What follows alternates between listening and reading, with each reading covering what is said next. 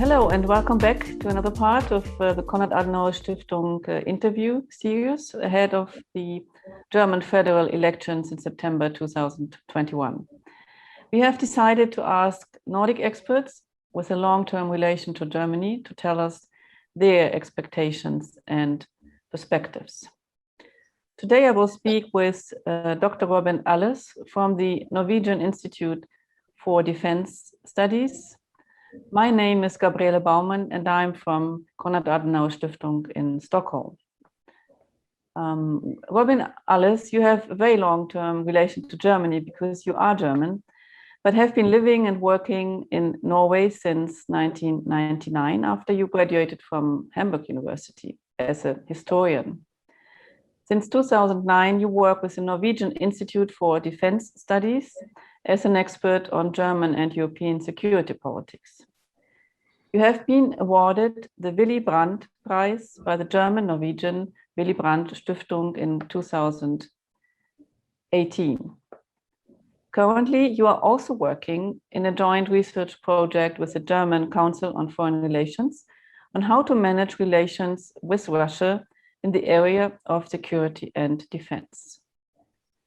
I think this is currently a very important research topic as we urgently need answers on how to deal with Russia. And I would really like to you to elaborate a bit on this later during the interview. We could, of course, have easily led this interview in German because we are both Germans, but we use English to make the content accessible also for non-German speakers. Robin, you have studied in Germany and Norway, and you are now a well-known researcher on security policies in Northern Europe. Would you generally say that Germany and the role of the European Union are discussed enough in Norway? Well, first, thanks for having me and for giving me the opportunity to comment on relations between Germany and Norway, Germany's role in Europe. Thanks for that. I think everybody who comes from Germany to Nordic or other Nordic countries could wish for more debate on Europe, or thinks it's a bit unnatural that there's so little debate on the European Union. But then also being there, you learn after a while that in these countries, perhaps you have a different perspective on Europe, which is also interesting to learn. So I had many such moments where I realized that I had to reconsider my own perspectives on European integration in particular from these countries. I think there is a lot of debate. There's first of all, a lot of knowledge in these countries. And you probably have to distinguish between those who work in the public sector, who are diplomats, officials, but also in the private sector who deal with Germany on a daily basis, because Norway is part of the EEA agreement and practically a quasi-EU member without full membership. So these people have to deal with it all the time, and also among in academia, in the media, there are many people who know a lot about Europe and who occasionally write about it. But then you have the wider public and the general media attention, and there, as I said, there is much less debate, as we know from our countries, and which then makes it more difficult or perhaps a bit problematic when individual contributions to the debate perhaps seem misplaced in our view, and then makes us to want to react to it. But I wouldn't say there's too little debate in general, because there's a lot of knowledge. It's not all over the place. It's not for everybody to know. Mm. Yeah, thank you. Yeah, that's, I mean, the situation we have also, I would say, here in Stockholm, where our office is based. There are many people who actually know a lot of about Germany when it comes to academics, but and politicians, but you will not find so much in newspapers about Germany and European Union. What, in your opinion, should Germany's role be in the wider Europe, including, of course, Norway, and especially the question after Great Britain left the European Union and Germany becomes more important, so to say? This is what what we hear often in the Nordic countries. So what would you say? What should Germany's role be now? I think in a way, Germany is quite, or in Norway, you would be quite comfortable with Germany as a partner as it is now. It's a very reliable partner. It's a supporter for Norway, a very important supporter traditionally in the European Union. It's a reliable partner. It's a close ally, and also over the last years, this relationship has evolved in many ways. I mean, most people know the energy relationship, but also in the sector I professionally focus on, defense and security relations have become much closer, and I think there's a growing awareness of Germany's importance as the central, or most important European power. And the Norwegian government has a Deutschlandstrategie, a Tyskland-Strategie, in which they also clearly define Germany as Norway's most important partner in Europe. The most important partner overall, of course, being the United States, but in Europe, it's Germany. And I think this role is becoming more important, clearly, after Brexit. One of the other traditional partners for Norway is not part of the game any longer. And so this enhances formidably the role Germany had from before. As perhaps the most active and most supportive partner and most influential partner in the EU. This role is clearly enhanced after Brexit, I would say. And then, of course, it's always, and this perhaps mostly among my colleagues who are pundits, experts, academics, who look at Germany from this angle, this question of leadership. Is Germany actually punching according to its weight? Shouldn't it lead Europe? I think in Norway, of course, you would be a bit hesitant to ask for more leadership on European integration, because this creates some trouble for an outside country. But there's this question: shouldn't Germany take a more leading role and act upon its weight in European and international politics? And this, of course, as you and I know, as Germans, is a difficult topic for Germany. Leading, when we hear leadership, Führung, we see our politicians define words like leading from the center or leading from behind, and these kind of explanations are very, very difficult to understand among allies. So I experienced this in Norway, that I have a hard time explaining what Germans mean by this. So I think, in addition to the natural role, the gravitas Germany has as a player in Europe and internationally, because Germany is also a very important partner globally for Norway. Just look at the Security Council, where the two countries closely coordinated their memberships or their permanent seats or their seats in the Security Council to make them link together and try to coordinate this as best as possible. So Germany is also a very important global partner, but especially in Europe. What I think countries like Norway would ask for is perhaps sometimes a bit more articulate leadership, or a more articulate role on important topics like relations with China, climate change, where Germany is the natural leader. So let us hear about it. Let's see it. So perhaps I don't see too many complaints about Germany's role. It's the important partner, but sometimes this role should be perhaps a bit more articulate, and you need sometimes the big country going forward, and this becomes even more important at a time when European interests sometimes seem squeezed between great power interests, and there I mean the US, China in particular. Oh, thank you very much. That was very, very interesting. Your view on Germany's role. But as I mentioned before, you work now with the German Council on Foreign Relations on Germany's and Norway's role when it comes to relations with Russia. So as Russia's in the news like all the time, and it's been especially again during the last days because of the Belarusian problems we face all the time, the restrictions. So what would you say,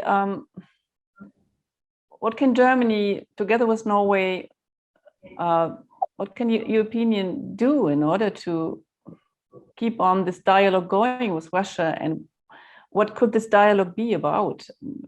So what did you say? Because, you know, we speak about Russia all the time, but it feels like it doesn't really, the dialogue doesn't really go further. It doesn't really come to the point where you can find a solution. Yeah.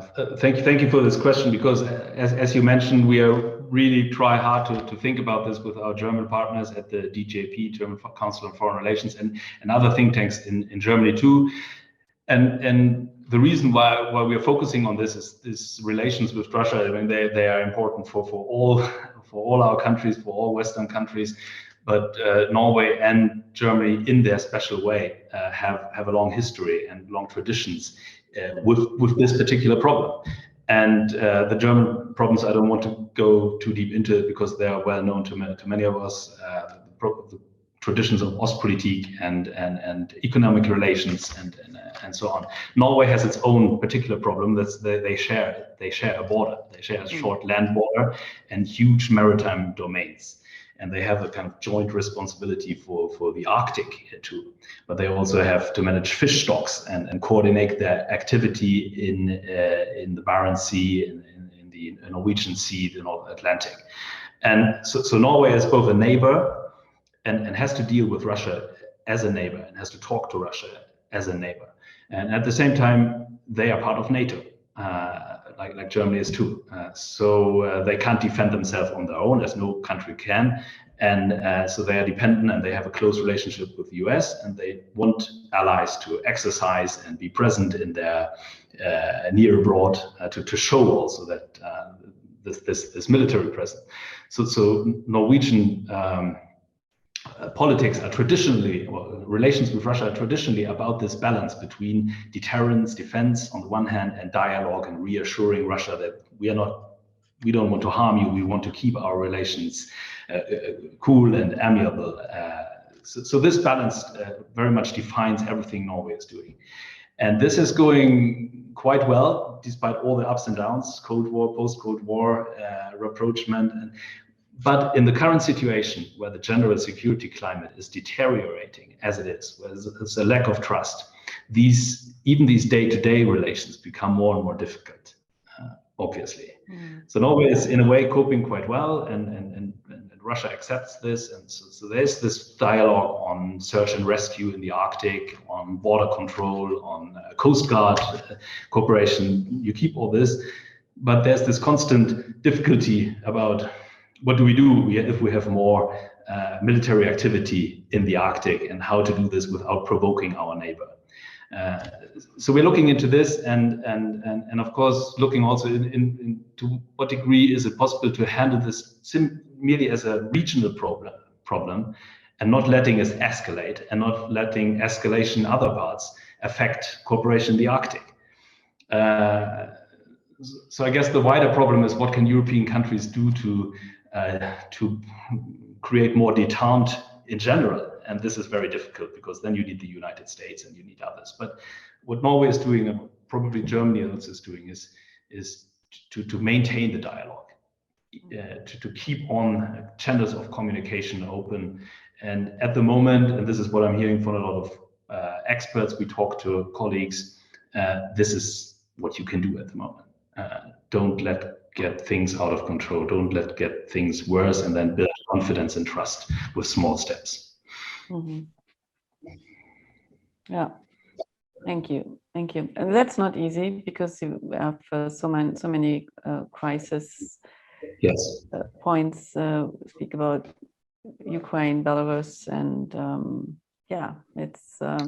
We also have the Arctic Council last week.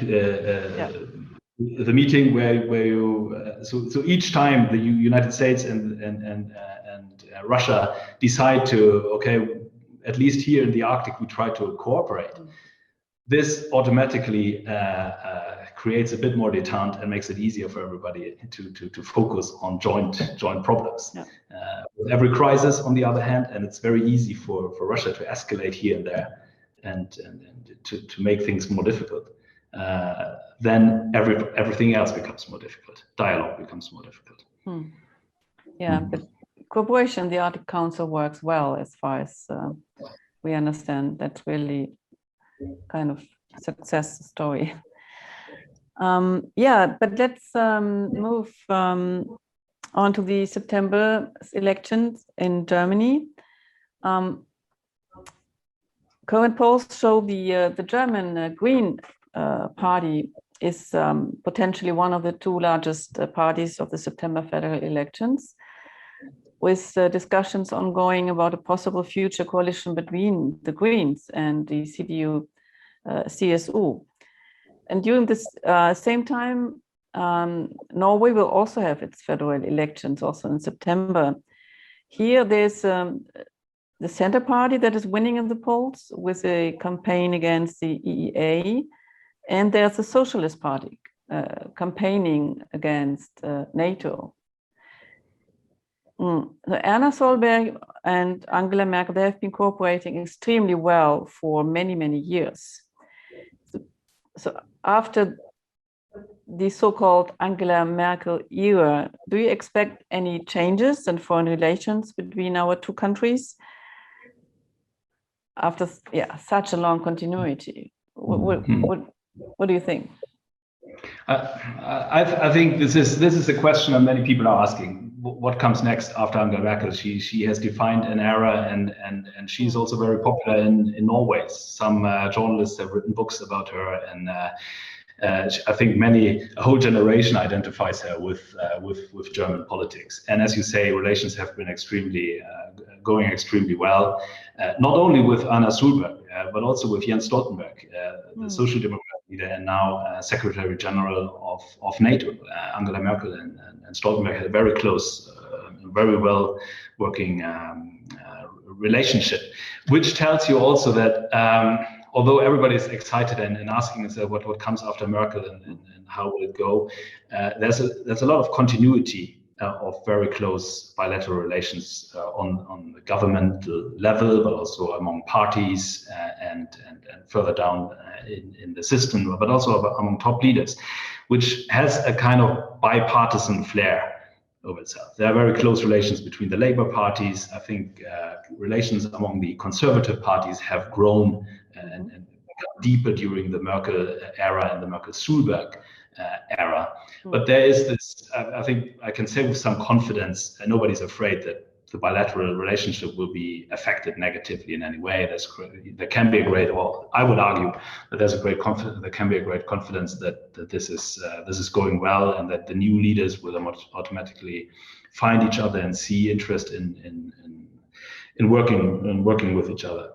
Having said this, there is a big excitement because there's so much change in the air in both countries, and you don't know exactly how this change will turn out. Coalition constellations in both countries, I think, are quite open, depending a bit how the smaller parties, but also the bigger parties, fare in the end, how this will turn out. And of course, as you mentioned, the Greens are the big new unknowns. If they take a leading role or a very prominent role in the German government, how will this affect Norwegian energy policy? Will it put more pressure on Norway, after all, a big oil and gas exporter, to speed up its environmental profile? Every movement in Germany in this regard is, of course, closely watched, and there's this impression that this matters for us. But how will it turn out? I haven't seen too much debate in Norway about the Greens' foreign and energy policy yet. I realize that there's a lot of debate in Germany now. I think we should all do more to explain this. But as I said, no danger for the bilateral relations in general, but very much excitement and about how these policies will turn out. And as you mentioned, the parties on the Norwegian side, It will be interesting to see a government with two Eurosceptical parties, and as you said, especially the center party being quite radically against not only European integration, but also even the EEA agreement. And the Socialist Party, if they make it to the government, having a skeptical stance towards NATO. Having said this, it usually turns out not to be a problem for the bigger party to moderate this. And this has to do that there's very, very little appetite in Norway among the broader public, the electorate, the elites, to do anything about this very well-working EEA agreement, even if it's perhaps not fully democratic from a strictly Norwegian point of view. It's well-working, everybody fares well. So I think there need to be a crisis of major form to really make this work. And this is the same about NATO. There's not really a question about doing anything about it. And I think any government will in the end turn out to try to keep things on these issues as they are. Thank you. Thank you very much for this assessment, which is really important in order to understand how relations might evolve in the future. To conclude, I would like to ask you, what in your professional opinion could Norway learn from Germany? We spoke about Norwegian relations, but what could both countries learn from each other? What could Germany also take away from Norway? This is a tough one. Obviously, I could give you 1,000 examples on being a German living in Norway and having a foot in both countries, about how like-minded and similar these countries are, and at the end, how many small and bigger differences there are. If you push me on this, I would turn back, speaking about Norway, about this way of thinking European. I think this is what I, as a German, miss most in Germany. This natural feeling about European cooperation, that international cooperation actually means also that you can't really do anything without your partner countries, which seems very natural from a German point of view. And when you are in Norway, it's a bit different when it comes to thinking about European integration. This doesn't mean I have given up on arguing for EU membership. This is not on the political agenda for Norway, but this way of thinking European in everything you do, basically. When it comes to what Germany could learn from Norway, there's a lot to learn from how Norway manages Arctic affairs, obviously, but I would still point to digitalization. I think every German every Norwegian who comes to Germany is struck by how far Germany is actually behind. And this, of course, there are many excuses, being a big country and all that. But living in Norway, you have basically a cashless society. You have everything digitalized from your health system, tax returns, and this is working very, very well. Even if sometimes you think we're perhaps a bit too naive with all these data we're giving away, it's very, very comfortable to have just one number and then log in to quite secure systems, and having, of course, functioning internet even in the farthest corner of the country. So this is something where I think as a German you are struck how well this is working in Norway, and where I think Germany really needs to make a huge step forward. Yeah. We speak a lot about digitalization, innovation right now in Germany. That's a very, very important topic. Thank you. That's really really important what you said, and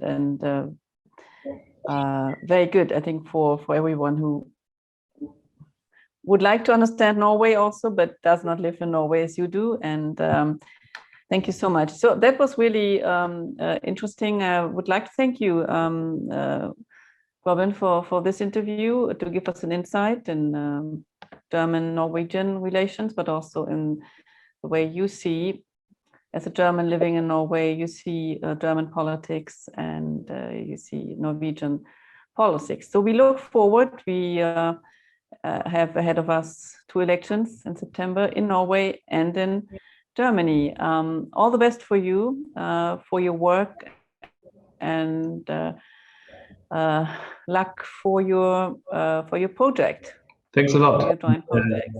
Thanks a lot, and hope to see you again soon. The same. All the best. Thanks for having me. Marvin. Bye. Yeah. Thank you. Bye. Bye.